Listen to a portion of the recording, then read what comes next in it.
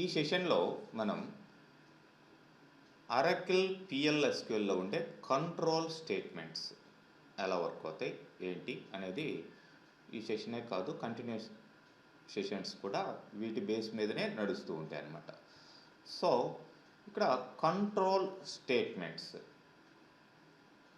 ఇవి జస్ట్ ఇక్కడ ఈ లైన్ చూసినట్లయితే మీకు control statements are elements in program that controls the flow of the program execution.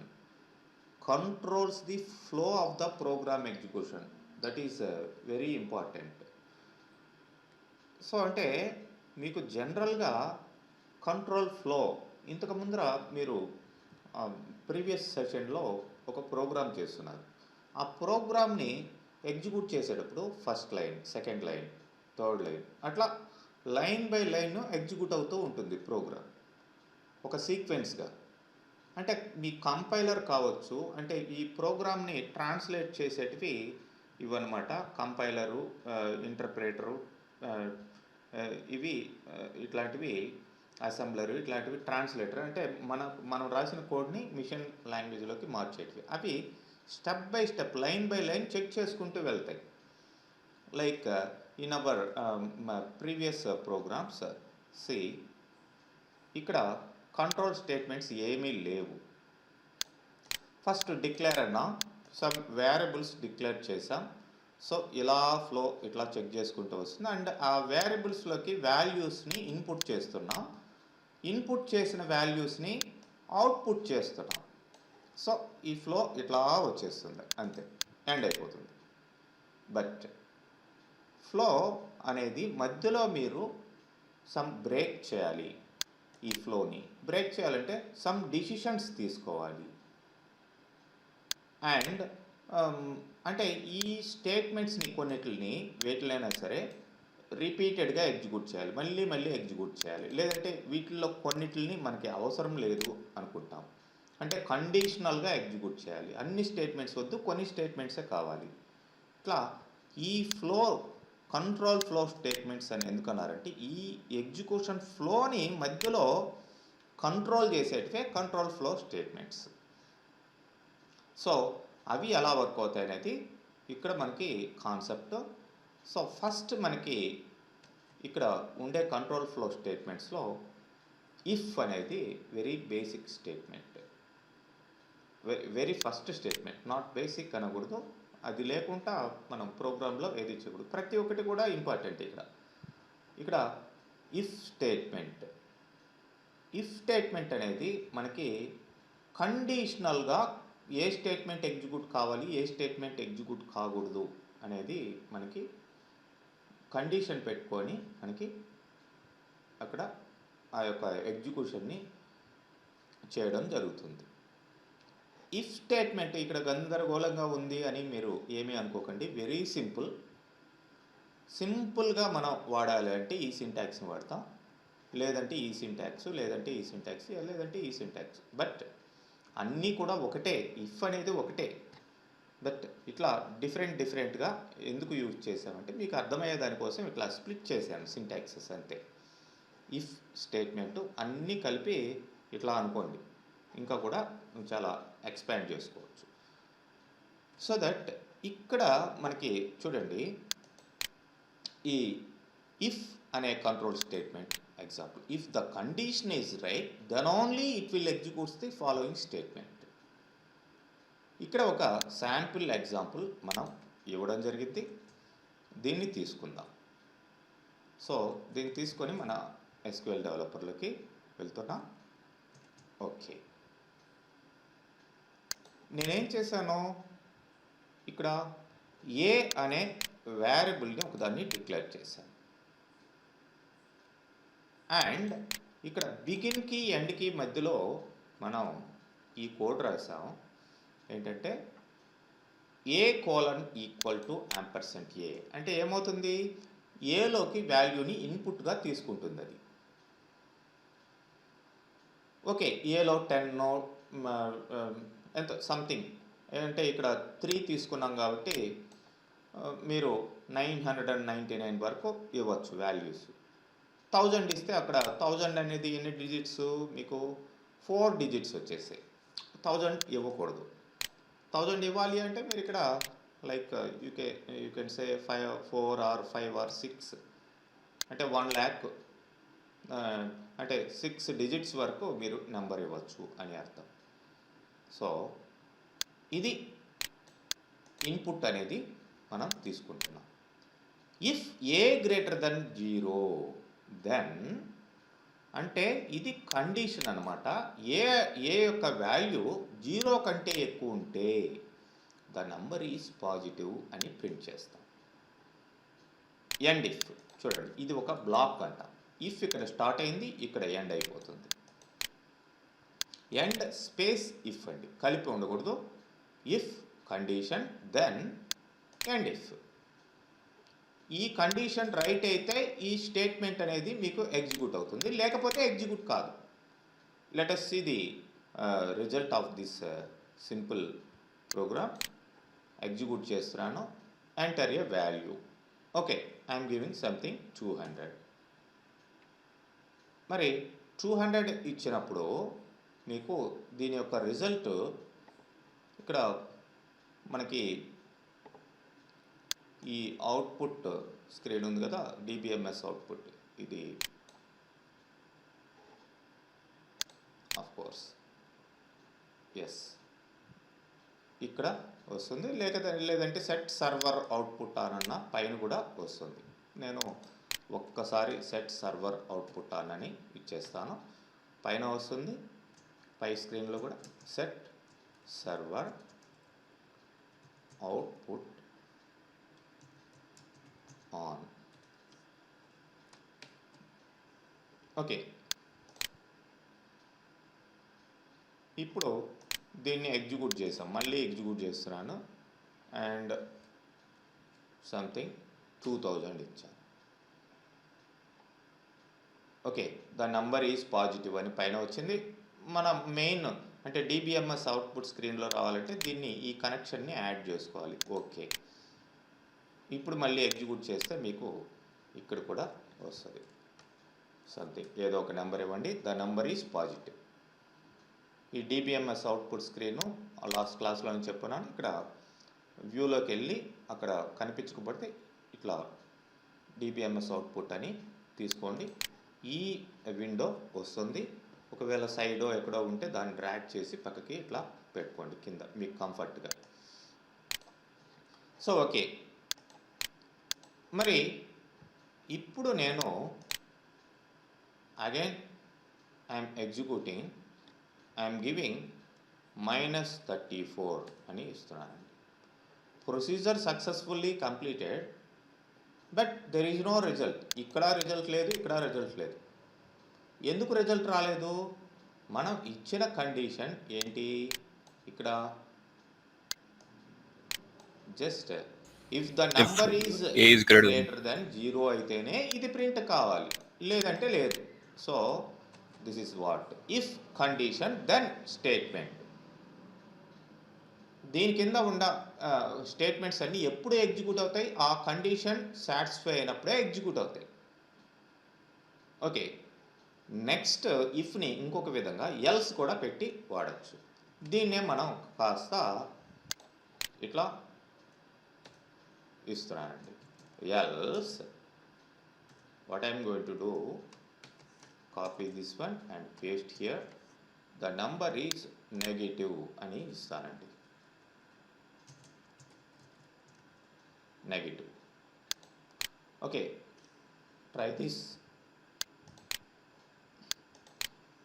So I'm giving -45. So the number is negative. మొత్తం అంతా కూడా ఇక్కడ కానీ ఇక్కడ కానీ మనకి కోర్స్ ఈ స్క్రీన్ అవసరం లేదు, మనకి డిబిఎంఎస్ అవుట్పుట్లోనే మనకి క్లియర్గా వచ్చేస్తుంది. Okay, anyway number is negative అంటే ఈ కండిషన్ రైట్ అయితే ఈ స్టేట్మెంట్ ఎగ్జిక్యూట్ అవుతుంది, ఎల్స్ ఈ స్టేట్మెంట్ అనేది ఎగ్జిక్యూట్ అవుతుంది. Okay, good. మళ్ళీ దీన్ని ఎగ్జిక్యూట్ చేస్తానండి. I'm giving 0. ఏమొచ్చింది? నంబర్ ఈజ్ నెగిటివ్ అని వస్తుంది. నేను ఇచ్చిన నంబర్ 0 కదా, నంబర్ ఈజ్ నెగిటివ్ అని వచ్చింది. So in this case this is wrong. 0 ఇచ్చినప్పుడు నెగిటివ్ అని ఎందుకు వస్తుంది? మైనస్ వాల్యూ నేను ఇవ్వలేదే, 0 అని ఇచ్చాను. సో ఇక్కడ మనకి ఒక డిసిషన్ ఇక్కడ తీసుకున్నాం. గ్రేటర్ దాన్ 0 అయితే ఇది ఇచ్చాం. ఎల్స్ అని చెప్పేసి అంటే గ్రేటర్ దాన్ 0 కాకపోతే నెగిటివ్, అది 0 కావచ్చు, మైనస్ కావచ్చు, ఇట్లా ఇచ్చేస్తాం. బట్ మన ప్రోగ్రామ్ అనేది కరెక్ట్ కాదు ఈ సిచ్యువేషన్లో. So that's why we have to take another decision, that is else if. అంటే ఒక డిసిషన్ కాకుండా ఇంకా ఎక్కువ డిసిషన్స్ మనం తీసుకోవాలి అనుకుంటే ఇట్లా ఎల్స్ ఇఫ్, ఈఎల్ఎస్ ఇఫ్ ఇట్లా పెడతాం. సో ఈఎల్ఎస్ఈ కాదు, మామూలుగా చాలా లాంగ్వేజెస్లో ఈఎల్ఎస్ఈ ఇఫ్ అని ఉంటుంది. ఇక్కడ మాత్రం ఆరకిల్లో E L S if A less than 0 then అంటాను. సో ఓకే, ఇప్పుడు మీరు చూడొచ్చు, రన్ చేస్తాను. -45 సంథింగ్ ఇస్తే ఓకే నెగిటివ్ అని వచ్చింది. అండ్ సపోజ్ సంథింగ్ 56 అని ఇస్తే పాజిటివ్ అని వచ్చింది. అండ్ వీటిని క్లియర్ చేసి చూద్దాం. అండ్ ఇఫ్ ఇట్ ఈస్ 0 అనే వాల్యూ ఇచ్చాను, ఏది రిజల్ట్ రాలేదు. ఇది రైట్ అయితే ఇది వస్తుంది, ఇది రైట్ అయితే ఇది వస్తుంది. 0 అని ఇస్తే ఏమొస్తుంది? So that's what else. ఇంకొక డిసిషన్, మూడోది. So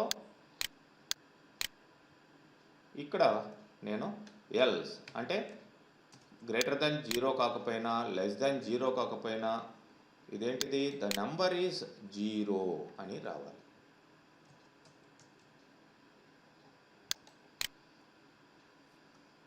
so now if you enter 0 value, the number is 0. ఇప్పుడు మనం ఈ ప్రోగ్రాంలో 3 డిసిషన్స్ తీసుకున్నాం.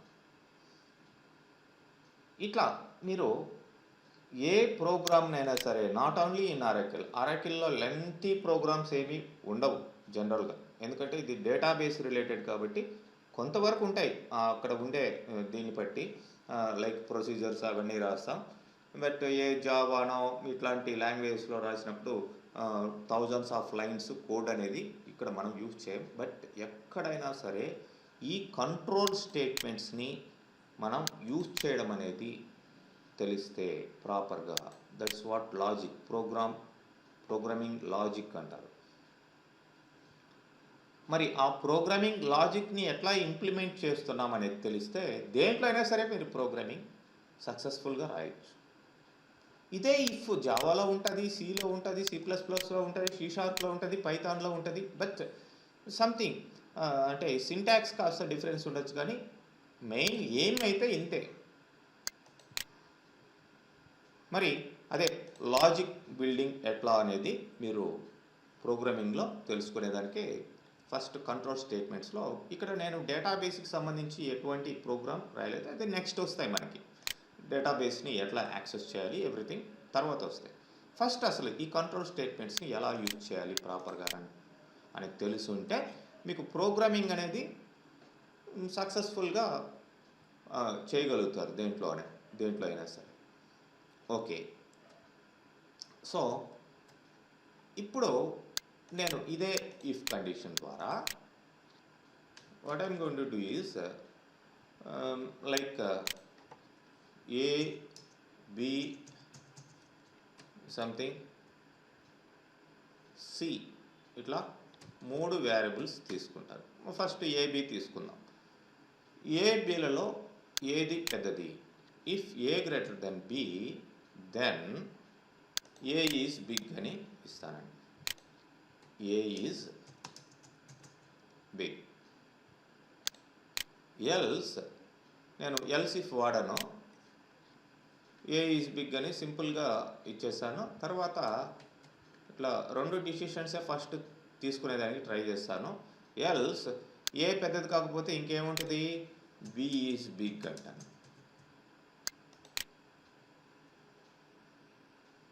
B is big అని మనం ఇక్కడ B కూడా వాల్యూ తీసుకోవాలి కదా. B colon equal to ampersand B. Okay. Else B is big. Right. I am executing this one and 12 and 45. So B is big. B లోకి 45 ఇచ్చాం. Okay. And next time A is 67 and B is something 45. So A is big అని రావడం జరిగింది. And next time what I will do is say 45 to A as well as 45 to B. ఏమొచ్చింది? B is big అని వచ్చింది. So our program is wrong. రెండింటికి కూడా same values ఇచ్చాం, but ఇక్కడ మనకి కరెక్ట్ కాలేదు. అంటే రెండు వాల్యూస్ ఒకటిగానే ఉన్నాయి కాబట్టి ఏ బి కంటే ఎక్కువ కాకపోతే బి ఏ గ్రేటర్ దెన్ బి అయితే ఓకే, ఏ ఈజ్ బిగ్ అని వస్తుంది. అరే బి ఈజ్ బిగ్ ఎప్పుడవుతుంది? బి ఏ కంటే ఎక్కువ అయితే వస్తుంది. రెండు ఈక్వల్ అయినప్పుడు పరిస్థితి ఏంటి? అలాంటప్పుడు మళ్ళీ ఇక్కడ that's what third decision we have to take. Else if A greater then B greater than A, then B is big.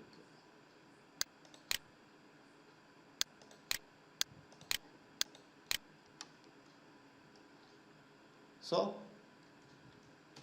56, 23. So A is big. లేకపోతే B పెద్దదైతే B is big. లేకపోతే రెండు ఈక్వల్గా ఇస్తే మళ్ళీ ఇప్పుడు సపోజ్ ఇప్పుడు చూడండి, రెండు 20, 20 అని రెండింటికి 20 ఇచ్చాను. ఏ రిజల్ట్ రాలేదు. క్లియర్ చేసి మళ్ళీ చెక్ చేసుకోండి. And I'm giving 10 and 10 to both. No result. ఎందుకు? ఈ కండిషను సాటిస్ఫై కాలేదు. ఏ బి కంటే ఎక్కువ కాదు, బి ఏ కంటే ఎక్కువ కాదు. So that there is no result. ఈ ఫ్లోని ఇక్కడ ఈ రెండు కండిషన్స్ సాటిస్ఫై కాలేదు. సో we have to take another decision. Else what we have to say, both are equal అనే మెసేజ్ ఇస్తాను.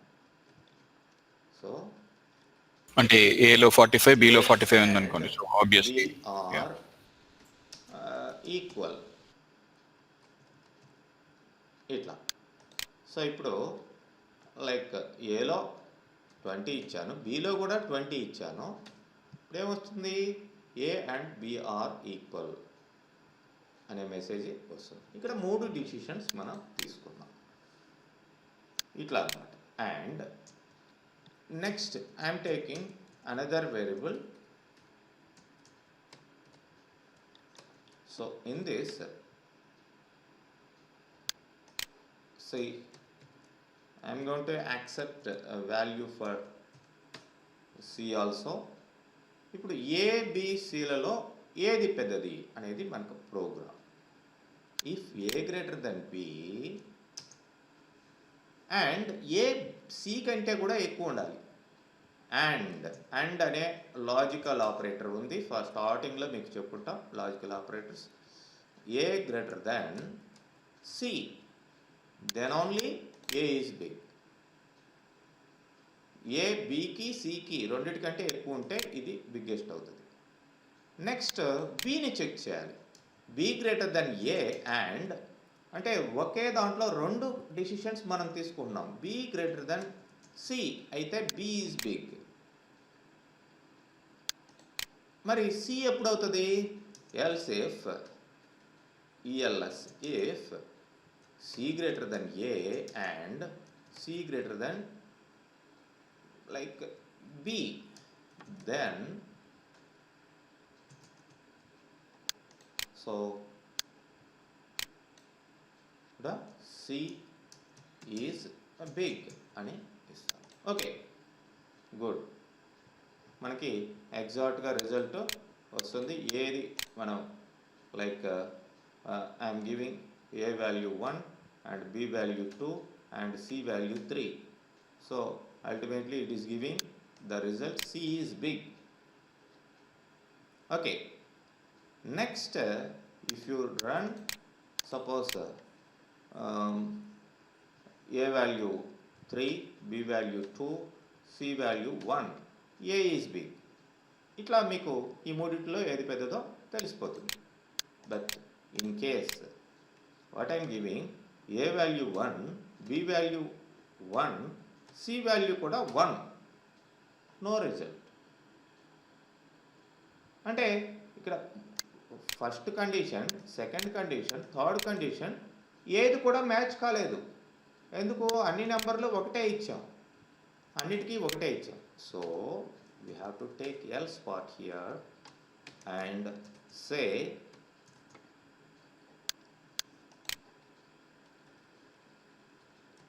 A, B, C all are equal.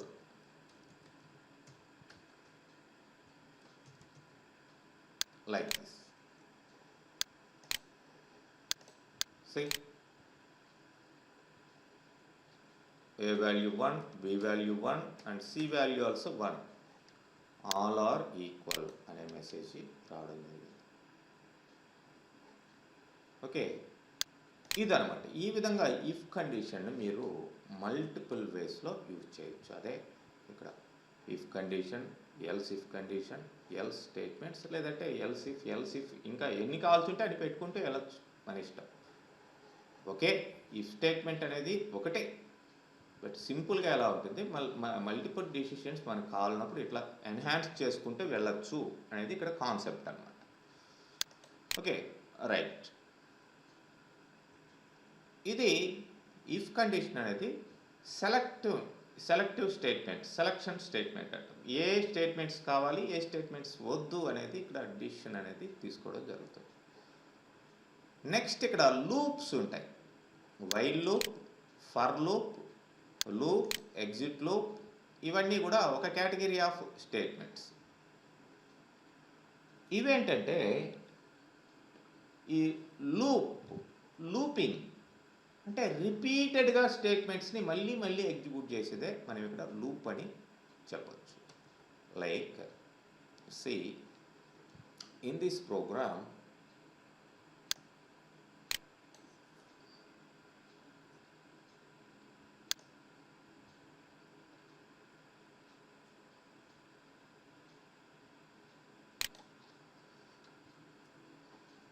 A is my variable and I am assigning value A colon equal to 1.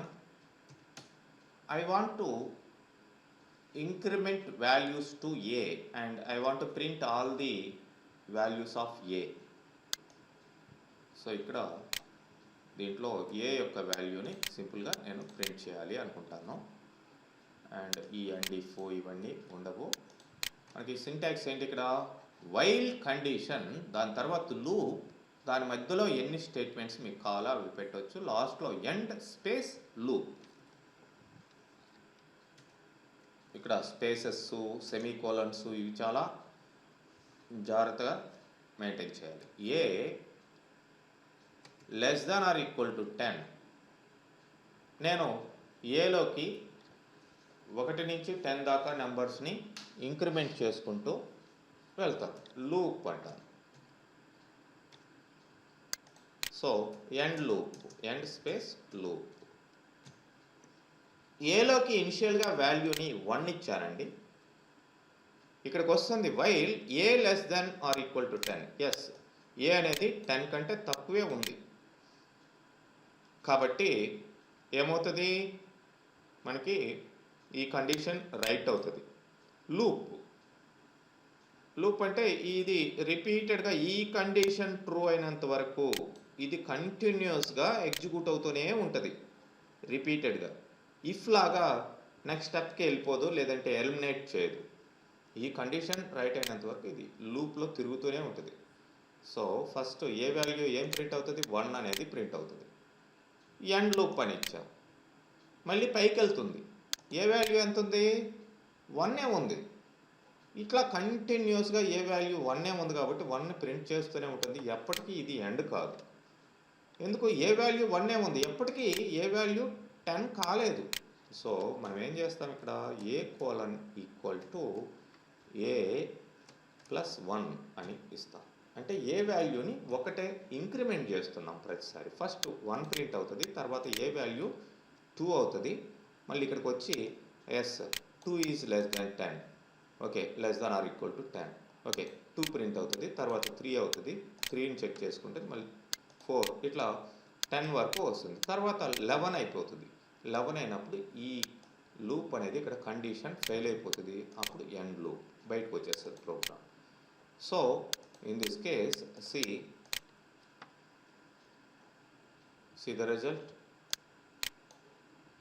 మీరు ఇక్కడ చూడొచ్చు 1 to 10 numbers print అయినాయి. 1 నుంచి 10 numbers ఏలో generate అయ్యాయి, generating 1 to 10 numbers. అదే 10 to 1 నెంబర్ అన్నారు అనుకోండి, 10 నుంచి 10 కావచ్చు 100 కావచ్చు, అది మీ కండిషన్ ప్రకారం. అప్పుడు ఇట్లా కండిషన్ ఏం మారుస్తాం మనం, if A greater then or equal to 1, A 1 కానీ అంతకంటే ఎక్కువ ఉన్నంత వరకు ఏని ప్రింట్ చేస్తాం. A equal to A minus 1 అంటాం. ఇప్పుడు ఏమవుతుంది, ఫస్ట్ ఏ వాల్యూ ఎంత 10 ప్రింట్ అవుతుంది, తర్వాత ఏమవుతుంది 9 అవుతుంది. ఇక్కడ కండిషన్ చెక్ చేసుకుంటూ ఉంటుంది. సో సి ఇంతకు ముందర దానికి ఇది ఉల్టా 10 9 8 ఇట్లా రివర్స్లో ఎగ్జిక్యూట్ అవుతుంది అన్నమాట ఇలాగా. సో ఇట్లా మనకి వైల్ లూప్కి మీకు ఇక్కడ నెంబర్ ఆఫ్ ఎగ్జాంపుల్స్ వీటికి ఉన్నాయి, ఇవన్నీ కూడా మీరు చూడొచ్చు. Okay sir. అండ్ ఈ జనరేటింగ్ లూప్ ఇట్లా చాలా ఇచ్చున్నాం. And while loop find sum of odd numbers even numbers అని ఇచ్చున్నాం. ఇక్కడ చూడొచ్చు మీరు find sum odd even sum 1 to 10 numbers మధ్యలో ఆడ్ నెంబర్ సమ్ ఎంత, ఈవెన్ నెంబర్ సమ్ ఎంత, ఇట్లా ఇవ్వడం జరిగింది. అంటే ఎక్స్ అనే ఒక వేరియబుల్ తీసుకున్నాం. సో ఇక్కడ సమ్ అంటే టోటల్ 1, అంటే 1 to 10 నెంబర్స్ కాబట్టి 1 + 2 + 3 అన్నీ కూడా ఎస్లోకి యాడ్ అవుతాయి. దీంట్లో ఈఎస్ అంటే ఈవెన్ సమ్, ఓఎస్ అంటే ఆడ్ సమ్ అనే ఇట్లా వేరియబుల్స్. మీరు ఒకటి గుర్తుపెట్టుకోవాలి, మనం ఏ ప్రోగ్రామ్ రాస్తున్నా సరే కంట్రోల్ స్టేట్మెంట్స్ ఎంత ముఖ్యమో ఫస్ట్ వేరియబుల్స్ డిక్లరేషన్ అనేది అంత ముఖ్యం. మీకు ఒక ప్రోగ్రామ్ ఇచ్చారు, ఇది ఏంటిది ఈ program, for example this is a program to find the sum of 1 to 10 numbers and find the sum of odd numbers and sum of even numbers. 1 నుంచి 10 లోపల ఉండే 1 + 2 ఇట్లా టోటల్ ఎంత, దాంట్లో ఉండే ఆడ్ నెంబర్స్ అంటే 1 + 3 + 5 ఇట్లా ఈవెన్ నెంబర్స్ 2 + 4 ఇట్లా వీటి యొక్క టోటల్ ఎంత, ఇది కావాలి మనకి. మరి ఈ ప్రోగ్రామ్ ఇచ్చినప్పుడు ఫస్ట్ మనం వాటికి కావాల్సిన వేరియబుల్స్ని మనం డిక్లేర్ చేసినప్పుడే అర్థమైపోయింది. నేను మామూలుగా ఎవరికైనా సరే ఒక ప్రోగ్రామ్ ఇచ్చామనుకోండి, ఎక్కడైనా సరే ఒక 100 మెంబర్స్ 200 మెంబర్స్ కూర్చొని ఉన్నారు, ఈ ప్రోగ్రామ్ రాయండి అంటారు. ఒక రౌండ్ అట్లా స్టూడెంట్స్ మధ్యలో ఇట్లా తిరుక్కొని వచ్చి మళ్ళీ స్టేజ్ ఎక్కేస్తాం, డయాస్ ఎక్కేస్తాం. ఎక్కిన తర్వాత ఒక 2-3 నా మైండ్లో పడిపోతారు, మీరు తీసుకురండి ప్రోగ్రామ్ అంటారు. ఎందుకంటే వాళ్ళు సక్సెస్ఫుల్గా ఇంచుమించు రాసుంటారని నాకు అర్థం. నేను ఇచ్చిన ఒక 5 మినిట్స్కి కిందకి వెళ్తాను. 5 మినిట్స్లో ఏం చేస్తారండి, ఈ ప్రోగ్రామ్ మొత్తం రాయలేరు కదా. ఏం చేస్తుంటారు వాళ్ళు 5 మినిట్స్లో? ఫస్ట్ ఏం చేస్తారు, వేరియబుల్స్ని డిక్లేర్ చేసుకుంటారు. వేరియబుల్స్ డిక్లరేషన్లోనే తెలిసిపోయింది అనమాట వీరు ప్రోగ్రామ్ కరెక్ట్గా రాయగలుగుతారా లేదా అని. వేరియబుల్స్ని డిక్లేర్ చేయలేకపోతే ఫస్ట్ మనకి ఇక్కడ ఏమేం కావాలి, వేరియబుల్స్ 1 to 10 నెంబర్స్ని జనరేట్ చేసేదానికి ఎక్స్ అనే వేరియబుల్ కావాలి. టోటల్ సమ్ని తీసుకునేదానికి ఇంకొక ఎస్ అనే వేరియబుల్ కావాలి. ఆడ్ సమ్ని తీసుకునేదానికి ఒక ఓఎస్ కాకపోతే మీ పేరు ఏదైనా పెట్టుకోండి. అండ్ ఈవెన్ సమ్ తీసుకునేదానికి ఈ వేరియబుల్స్ కావాలి. So then we can write the remaining program using these variables. How to input the value, how to generate the value, how to add the values to the variables, ఇవన్నీ ఇక్కడే తెలిసిపోతాయి. So first 5 to 10 minutes లోపల ఈ variables వాళ్ళు declare చేసేసి ఉంటారు. ఎవరైతే variables ఇవి కరెక్ట్గా డిక్లేర్ చేయలేదో వాళ్ళు ఇక మిగతా వాళ్ళందరూ అవసరం లేదులే అని చెప్తాను. ఏం సార్ మేము రాసామా, ఎందుకు వాళ్ళని పిలిచారంటే మీరు వేరియబుల్సే డిక్లేర్ చేయలేదు కరెక్ట్గా, నాకు తెలిసిపోయింది అని అన్నట్టు చెప్తాను అనమాట. So that's what. So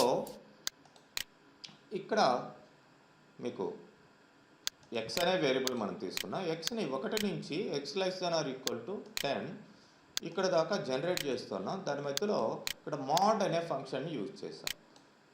so ఇక్కడ ప్రతిసారి ఇది ఏం చేస్తుందో ఎక్స్ యొక్క వాల్యూని ప్రింట్ చేస్తుంది. తర్వాత ఆ ఎక్స్ ఆడ్ నెంబరా ఈవెన్ నెంబరా చెక్ చేస్తుంది. ఆడ్ నెంబర్ ఈవెన్ నెంబర్ చెకింగ్కి ఇక్కడ మోడ్ x,2 తోటి అది మోడ్ చేస్తే రిమైండర్ 0 కనుక వస్తే అది ఈవెన్ నెంబర్ అని అర్థం. ఈవెన్ నెంబర్ అయితే దేనికి కలుపుతున్నాం, ఈఎస్కి కలుపుతున్నాం, లేకపోతే ఓఎస్కి కలుపుతున్నాం. టోటల్గా ఈ ప్రాసెస్ అంతా జరుగుతుంది. ప్రతిసారి ప్రతి నెంబర్ని దేనికి కలుపుతున్నాం, ఎస్లోకి కలుపుతున్నాం.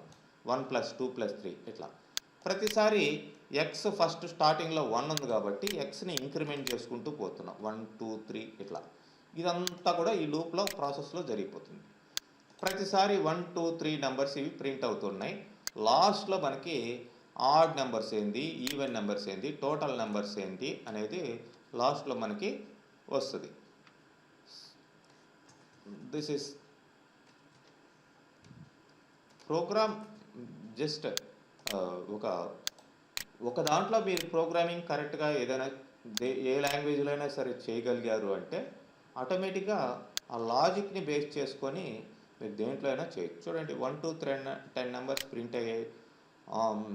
Even numbers total in 1 to 10 is 30, odd numbers total 25, total ఇవంతా కలిపితే 55, 1 + 2 + 3 + up to 10 వరకు.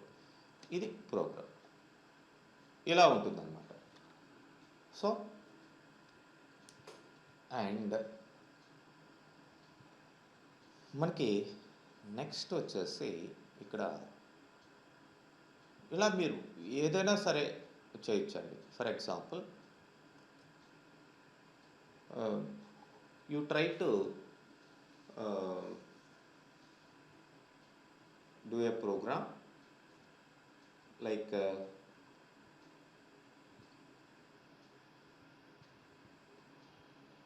generate numbers